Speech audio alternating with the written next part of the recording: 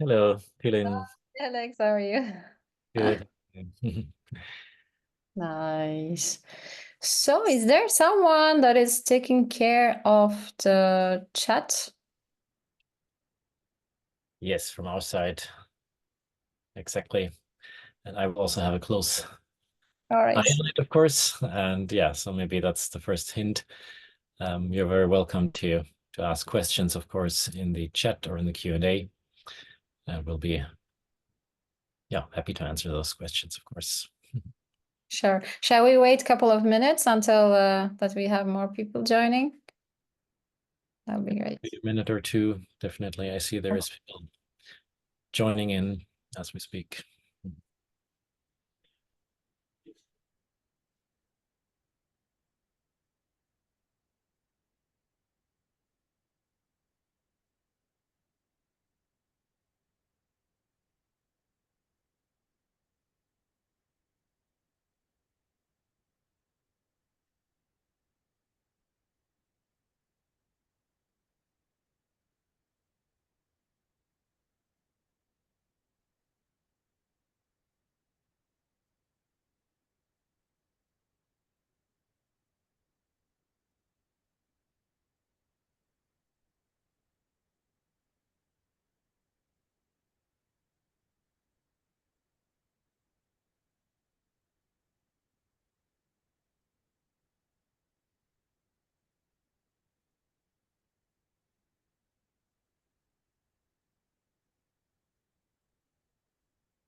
Just one more minute.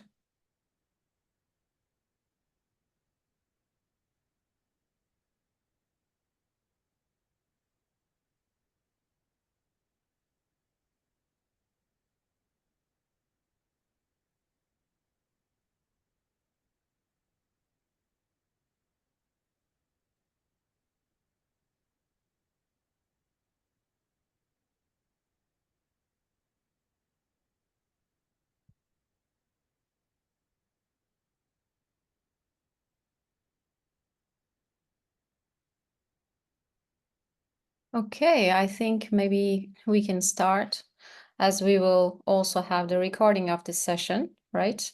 For everyone that has registered. Good. Thanks a lot, first of all. Yeah, everyone joining this webinar today. Alex, CEO ImpactNexus, is here with us. I'm the founder and advisor at Pitch Me First. I see some familiar names that joined the webinar, so you know who I am. I'm a former investor from the European Investment Fund, and today I advise the GPs to pave the way successfully for institutional funding. And I wanted to invite Alex for this webinar because he has been lately very helpful for our clients for several questions on anything about ESG, SFDR, and EU Taxonomy. And I thought, why not to do this one webinar, which we can also register and share later with our prospects, and that many people can benefit from this webinar today. So Alex and Alex team, thank you for being with us today. So you're the CEO of ImpactNexus, a digital platform that helps the VC managers navigate the ESG due diligence. And once the managers are setting up their fund, the platform helps them to collect the KPIs from their investee companies. And later that the GPs will be using them for reporting, for monitoring, and these integrated metrics will be very helpful. So to say, to feed these sophisticated LPs, which is also in our target institutional LPs. So Alex, it's very quite innovative. You have a team, and I gave a short intro, but I think you can best explain what ImpactNexus is. Yes. Yeah, thank you, Tülin, for a quick introduction to the session and what we do. ImpactNexus today, we are a team of 14 based in Berlin and active all across Europe, mostly serving more than 50 VC private equity funds, accelerators, and also some individual companies these days. And we started ImpactNexus, as you said, to help our clients and the companies behind our clients to navigate the space that is increasingly complex. We started doing this roughly 5 years ago when the SFDR regulation, and we're going to get to that in a minute, but the different regulatory pieces in Europe were shaping up on the horizon. At the same time, the requests and requirements from institutional investors, the LP side, was increasingly difficult and diversified. And also the companies, of course, are producing countless different types of sustainability-related data points. So bringing all this together is a huge challenge in terms of sustainability management, and then also, of course, reporting to various stakeholders. And yeah, that's what we saw a few years ago, and yeah, today we have developed our solutions basically to aid this effort. Yeah, to simplify that process, to save costs, of course, but also to help, of course, the main goal behind that, which is to drive the sustainability transition on the company and the fund level, and also get some insights from all that data. So it shouldn't be seen as, of course, an exercise that just produces a lot of work and a lot of data, but really also to get these insights. And that's what we focus on. So it is the reporting, yes, the management, yes, but also the added view of really better understanding the sustainability related questions on the company and fund level, and to draw the meaningful conclusions from that. I think that's what we really need today. That's why I said innovative. I know that some solutions also exist, but we really like what you offer. After also, us using, also testing this with the clients. And you mentioned that you have 50 clients now, so it's a good and important number. So maybe you can explain a little bit about what is the typical profile of your clients using ImpactNexus and how practically they can benefit from the platform. Yeah, so we have different profiles, but one key focus area that we really addressed early on was really young funds, emerging funds, funds that get started with maybe a smaller portfolio in the beginning, because we realized that a lot of solutions really trying to bring in a very structured and very heavy approach into this, and we believe that it's difficult for younger funds to adhere to that sometimes. So that's a core specific group, but we do cover everything from young funds to really institutional and very large private equity funds, also with mature companies in it. So so the sort of the spread is pretty large, but our focus is with younger funds, and we believe we have a great solution there. Also, maybe you ask about the differentiation a little bit, and there's a lot of actors out there, a lot of providers, a lot of schemes to gather sort of KPIs and quantitative data, and that's an essential part of it, but it's only a part of it. And as I already mentioned, asking for KPIs, benchmarking items, it's important, but there's more to it. We, for example, have an ESG assessment, which first starts with a qualitative assessment of the measures that a portfolio company takes, the different strategies that they employ, and this is part of an SFDR reporting, but it is also another layer of analysis that gives a good overview of the portfolio and where the actual companies stand in their journey towards sustainability measures. And this is something that's rather unique, I would say. And then also, and that's also very important to know, I mean, the regulatory pieces are mostly addressing, let's say, the ESG environment, the environmental social governance criteria and related KPIs. But we have it in our name, right? Impact. So we really cover the entire spectrum from very basic ESG data to complex ESG data, and then also to the entire impact domain. So we have a series of funds that would classify as impact funds, and they can use the software really to map out an entire sort of data collection and analysis layer across their portfolio and really see, okay, where do our companies potentially have impact? How do we quantify that? How do we measure the actual progress once it is measurable? And how do we report that, for example, to institutional investors like the EIF? And that's key to our system. I mean, we are aligning that to these frameworks, and we cover this entire chain of data gathering and reporting along those lines. Mm-hmm. Oh, excellent. That's really practical. On this framework, so there are several frameworks right now. So as at my time at EAF, I remember that we were mostly using the ESG due diligence, and I think still today is the practice. And many other, I think, investors are asking for that. There's a specific ESG due diligence questionnaire. But also now new frameworks came like this, the SFDR, and then now the EU Taxonomy.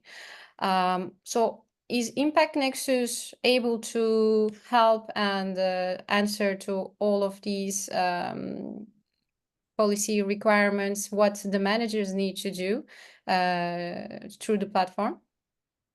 Yes, absolutely. And I do not have a lot of slides, but I have a slide on this that we prepared, and this maybe elaborates a little bit on the different SFDR classifications and the related regulations that connect to that.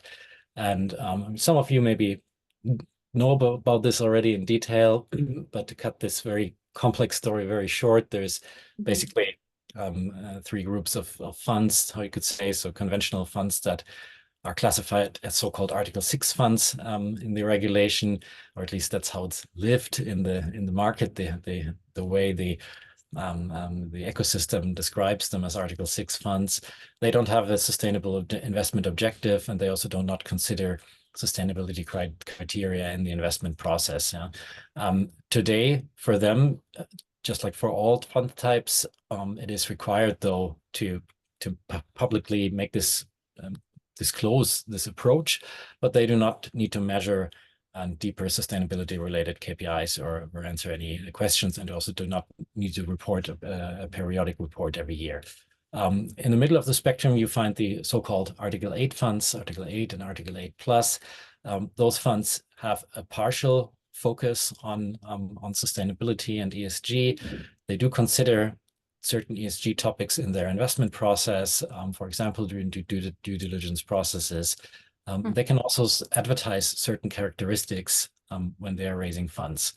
The Article 8 Plus fund is the sort of unofficial but still defined fund class there. So they have a portfolio of companies that partially have a sustainable investment objective. And that really is then when we sort of cross into the impact world, right? So the Article 9 funds plus the Article 8 Plus funds, those companies that they invest in that are classified as a sustainable investment, they also have to adhere to higher standards in terms of data reporting, methodology, etc.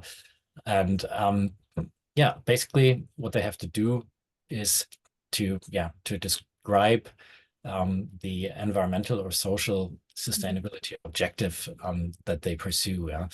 And this is also the link. You see that in the very bottom of this chart graph.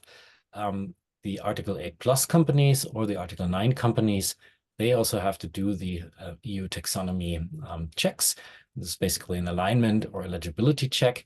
So basically aligning this with the criteria that are outlined in the EU taxonomy. And the larger dimension that you can think about is really that all of these regulations, so the SFDR, the CSRD, the taxonomy, are part of the larger European Union Green Deal set of regulations. So they do have connections, even though they can also be seen independently. But in this case, for example, the SFDR has, in the more impact-focused investment side, a connection to the EU taxonomy. And yeah, so what we help funds with is basically this entire spectrum of the regulatory elements, meaning that an Article 6 fund, for them, maybe it's only important to have a website statement. It's a rather simple exercise, but you can draw from our experience of crafting different statements there. But they don't need the periodic reporting. All the other funds, so Article 8 to 9, they, for example, need to hand in this periodic report that basically outlines the performance of their portfolio in terms of sustainability for the last calendar year. It's always due end of June, so we're just past this second SFDR reporting deadline. And so they have larger requirements leading all the way up to the impact side, the Article 9 funds that really also have to do these added checks, have to report more indicators, and also in a qualitative sense have to show really a stronger commitment to having certain practices in their investment strategy and approach. Mm-hmm. And do we need some certain dedication to, let's say, certain green investment buckets to define ourselves as an Article 8 or 9 fund? It really is in the very center there of the graph. So an Article 8 or 9 fund can advertise certain characteristics as long as they have a minimum share of companies that are suitable in that specific bracket. So, for example, a climate-focused VC that is focusing either partially or entirely, so either an Article 8 plus or an Article 9 fund on climate change mitigation, for example, they would need to make sure that all the investments they do towards this objective are also checked in the EU taxonomy sense, and also really looking at, okay, what type of indicators do we measure? That has to make sense. It has to match sort of your fund strategy if you have a strategy that is focusing towards sustainable investments. Yeah. Mm-hmm. And on that, do you see kind of like a trend that Article 9 funds are stepping down to be now what is the new I think bucket, or you have also mentioned here Article 8 funds, 8 plus funds, because I think it's not so necessary for institutional investor view to be an Article 9 fund to get the funding, but Article 8 plus sufficiently responds to the needs, and I think it's easier for like you said, maybe not all the investments needs to be compliant with the EU taxonomy, and maybe not the reporting is not per se a requisite. And maybe some of the disclosures can be eased. What is your view on that? Do you receive this kind of request or kind of adjustments that needs to be made by your clients today? Yes. Well, we've seen it all. I mean, we've seen funds upgrading continuously, and also some funds settling for an Article 8 plus setup. It's exactly like you describe it. It really depends, I think, on your individual focus area and what type of an LP or a set of LPs you're trying to be attractive to. I think, as you're saying, that a lot of the institutional ones definitely do not require a fund to be Article 9. There is, of course, a series of specialized LPs that do require that. And that really depends, I think, on your own fundraising strategy, what you're trying to aim at, and if that is relevant for you. Generally speaking, it would be a bit easier to go for an Article 8 plus setup where you can still tap into impact-focused LPs, but not have to adhere to the stricter criteria of the Article 9 fund. Yes. But very often, the extra work is actually not that much more excessive, because if you have, let's say, a fund approach that you want to do climate change mitigation or adaptation, you're going to find a decent amount of startups, and your fit is pretty clear, it's pretty well defined. And by the way, these principal adverse impact indicators, so this is these the set of quantitative KPIs that you have to measure. It is not necessarily a requirement, depends on the size of your operation. But very often you can actually classify as an Article 9 fund without the extreme sort of perceived extra work. It depends a little bit on your approach. If you have a very diverse focus area, or if you have certain niche topics where you're not sure that you're going to find only startups or cases that are 100% aligned with the requirements, then it might be a little bit more difficult now. Okay, and I think so that the EU taxonomy goes hand in hand as well. And I think most of them goes hand in hand, but especially if somebody says that they are going to be 30% of their fund compliant with anything that falls in EU taxonomy, I think should not miss saying that they are Article 8 funds, right? And on that, can we a little bit move into what is EU taxonomy? Here, and how also you set the objectives and that you collect the data would be interesting, I think, for the audience. Yes, I mean, just a quick look, and it's a big topic. You could spend a webinar exclusively on taxonomy related questions, definitely, but like I already mentioned, it's part of the European Green Deal. The objective behind it is also to, of course, reduce emissions, reduce environmental factors, but also to create a scheme that is generally accepted and really defines what does it actually mean in specific, let's say, climate or environmental areas, and what is actually sort of, that's why it's called the taxonomy, to really give the guidelines of classification. Yeah? And there now is 6 different areas that are sort of defined. Yeah, it started with climate change mitigation and adaptation. It now covers the sustainable use and protection of water and marine resources, circularity, pollution, and also biodiversity. There's further areas that are being worked on as we speak. And then there's also the whole social side. So with the social taxonomy, that's not yet launched, but that the Commission is working on. So more and more, we will have defined areas of activity, of specific challenges. And that gives like a clearer framework for investors, of course, of how to operate in any one or several of these different defined areas. Yeah? So on the one hand, it helps. On the other hand, of course, it increases a little bit the work in terms of checking that alignment and eligibility for a certain sector.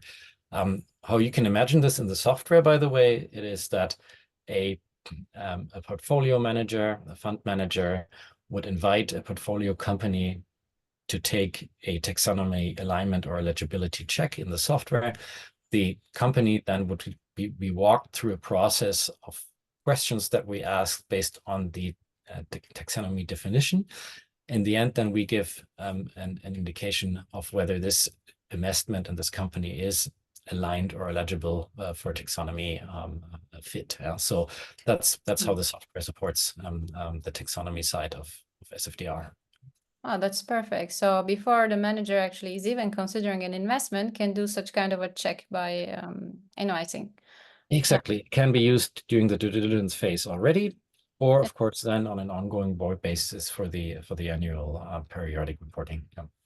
Okay, and the overall, if the manager subscribes to use the platform, then they are giving the invitation to the investee companies to use ImpactNexus platform, I think for free, right? And so that's going to be beneficial for also the company to collect data on their own. So and report to the not just to the fund manager but to the other investors, right? So it will be something Exactly. In essence, how it works is, and just to give you a little bit more of a graphical view here on this. So companies are being invited, just like you said, to fulfill the reporting or the data entry side of the ImpactNexus system. We then create either an ESG assessment output or an impact overview or both. And all of this in the end can be integrated into one final fund report. It can be based on the SFDR standard template. That's not what's shown here. This is a more graphic version template here. But it's either towards the regulatory side or towards the LP side or towards other stakeholders. And the companies themselves can use these outputs as well. So for them, very often this is, if you combine this could be the first kind of sustainability report that a startup produces, for example, in a lot of the portfolios. And some of the startups, they like to showcase this. They put it even on their website.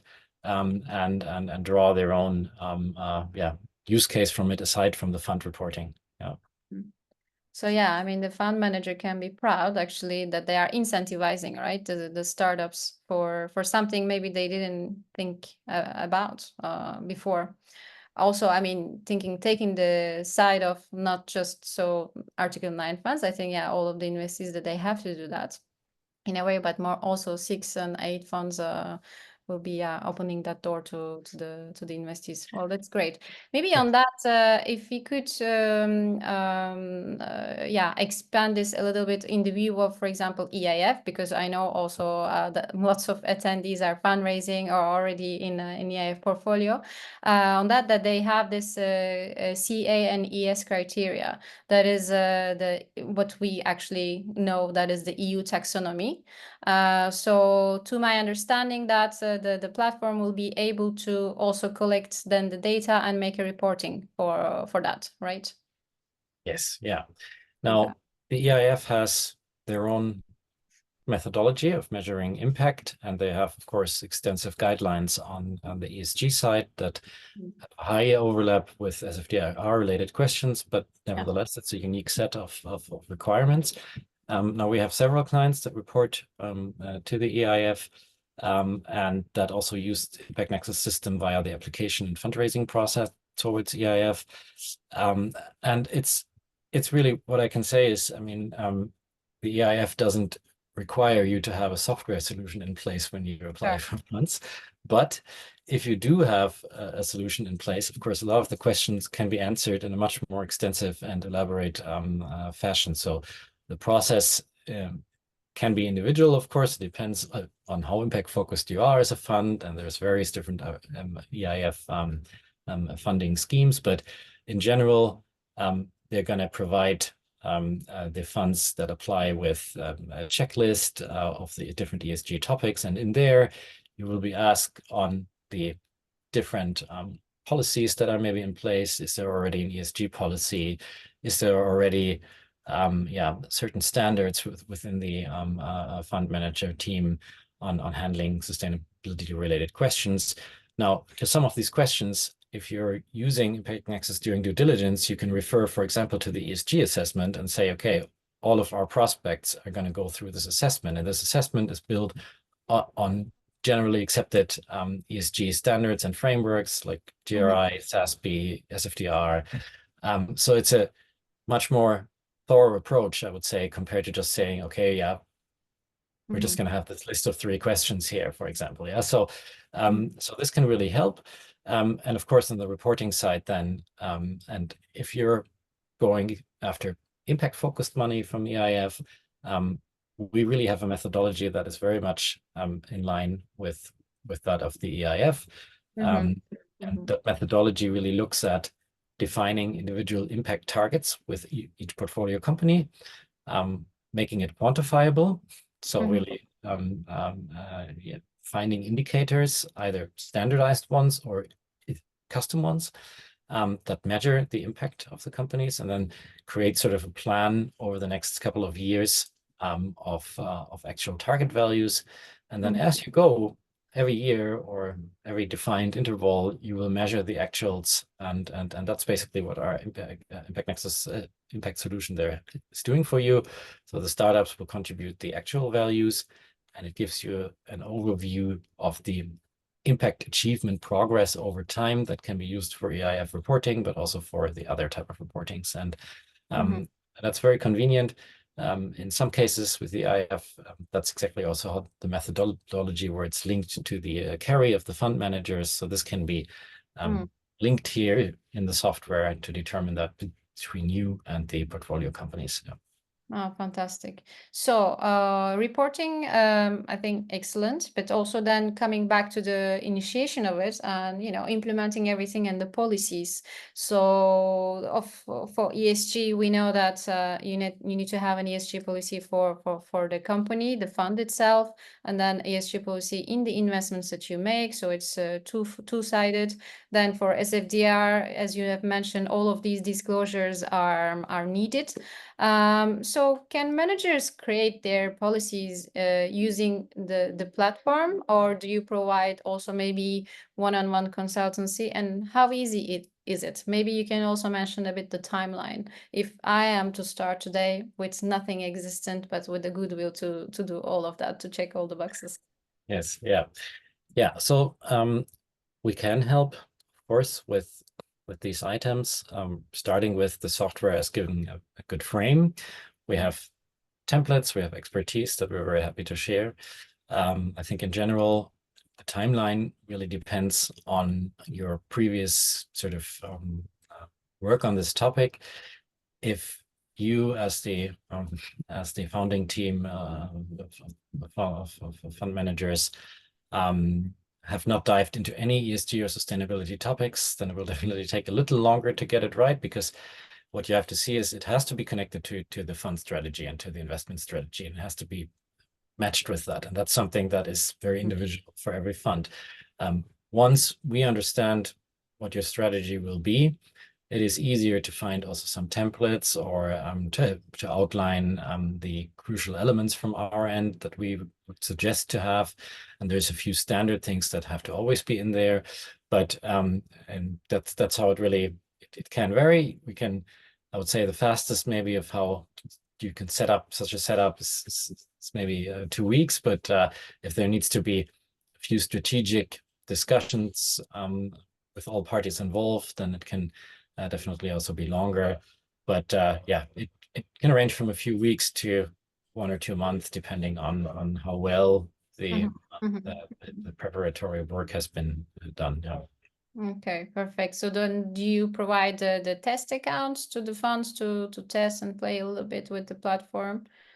Exactly, absolutely. It's always possible to start with a free trial and test account, and invite also the team members into that account, and create demo companies, or yeah, have a good overview of the functionalities. And yeah, and then we also have, which is why I earlier said that we focus on these young funds specifically, because there is, from our experience, difficulty for a lot of funds to pay for software when there's no first closing, for example, done, or when still fundraising is in process. So we have a scheme there that allows you to use the software during the fundraising phase, but for example, only start paying for it once the fundraising is completed, or once the actual reporting then is conducted in the end. So there's a lot of flexibility there on our side, but what I can really recommend is to start early implementing the software,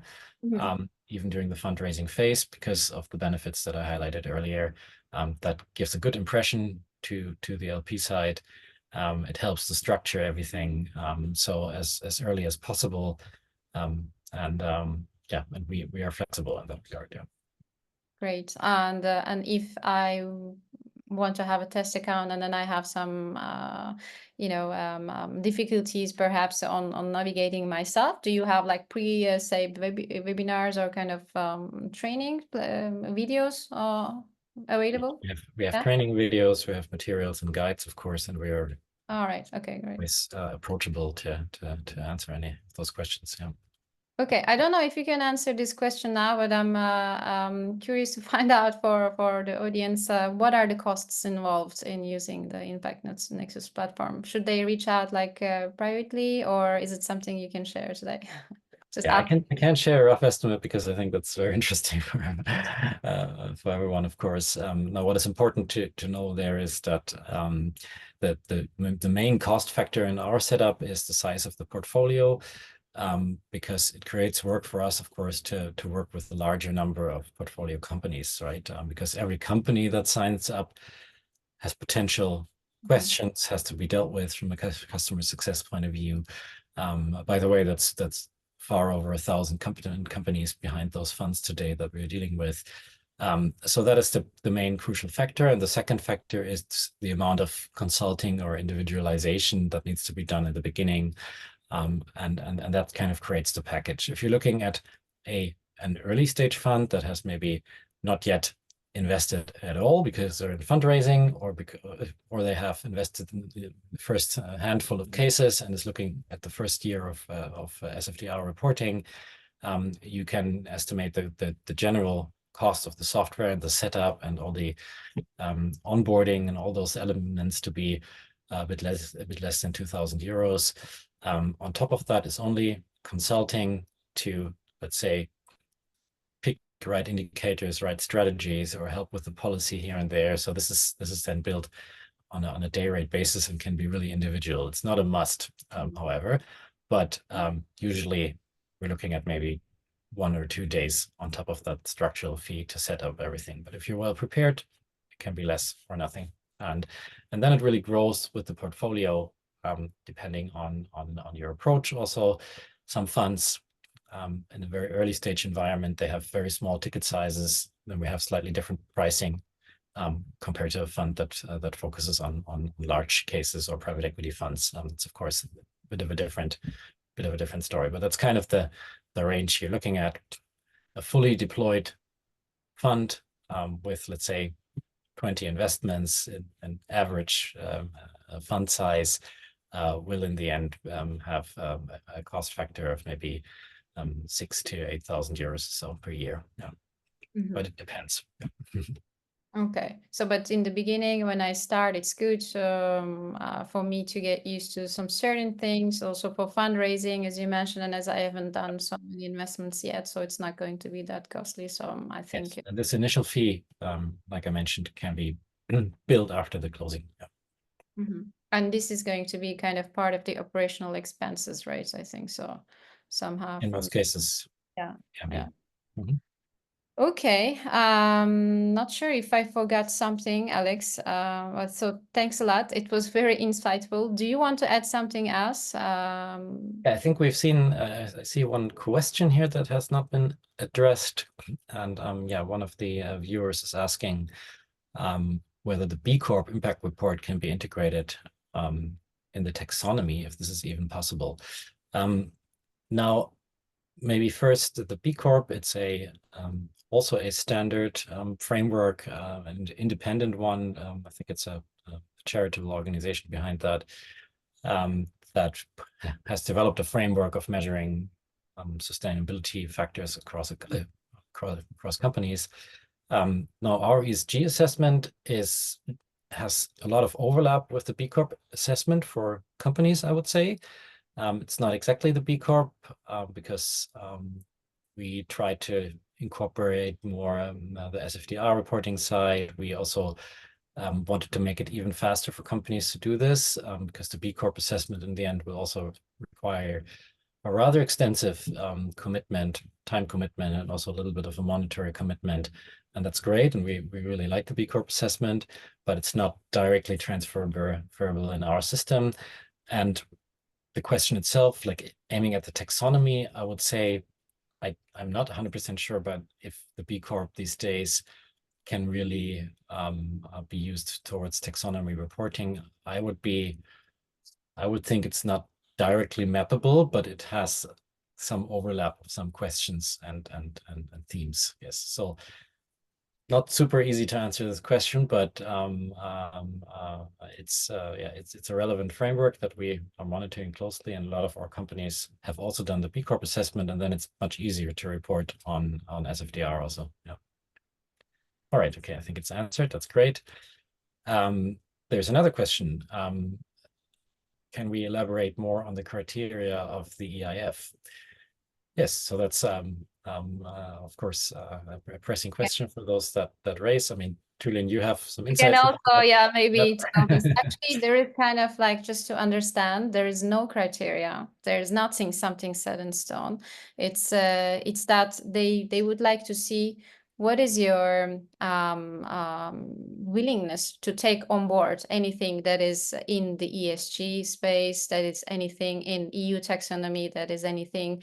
Now you need to also deem yourself, if you're a VC fund, you need to mention whether you're 6, 8, or 9. You need to know and understand where you stand.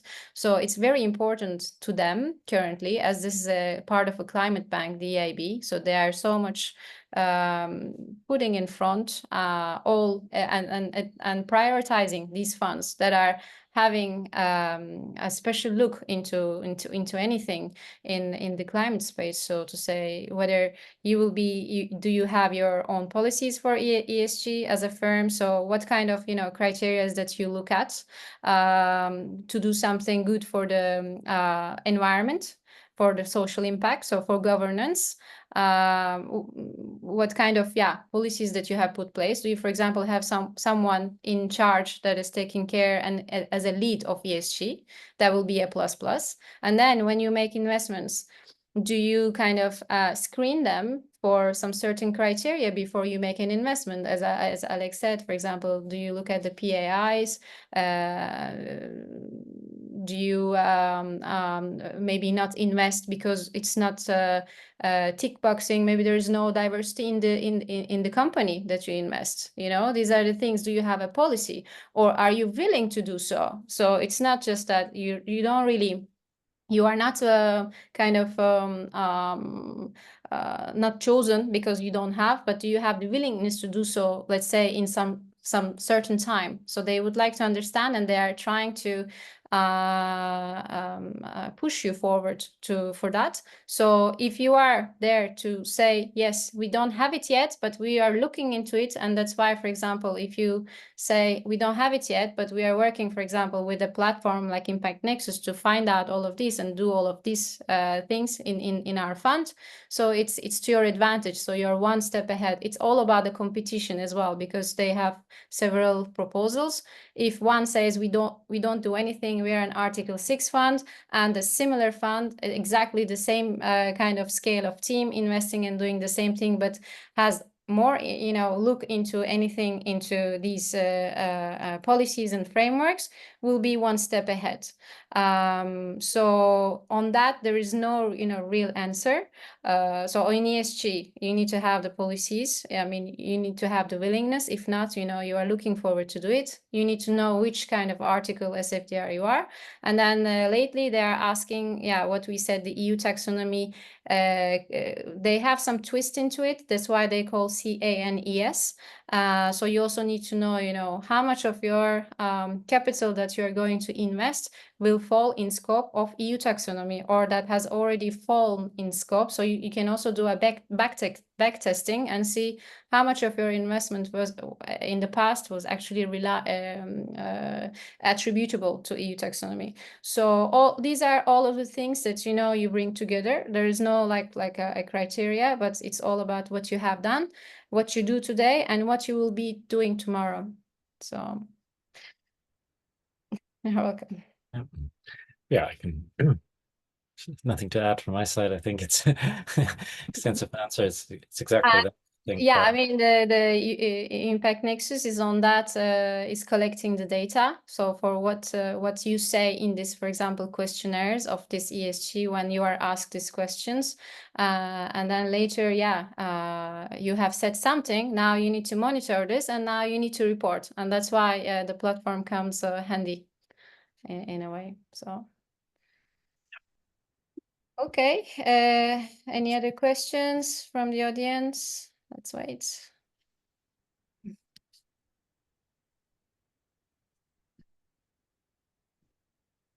No, I think that's it. Well then, thanks a lot everyone for joining. For those who couldn't join, we will send the recording, I think. That's what I understand. And you can always get in touch, of course, after this webinar, either with me or with Alex for any questions that you may have. And wishing you all the best. Thanks, Alex. Yeah, thanks from my side also for joining, and best of success with your operations. Thank you. Likewise. Bye. Bye.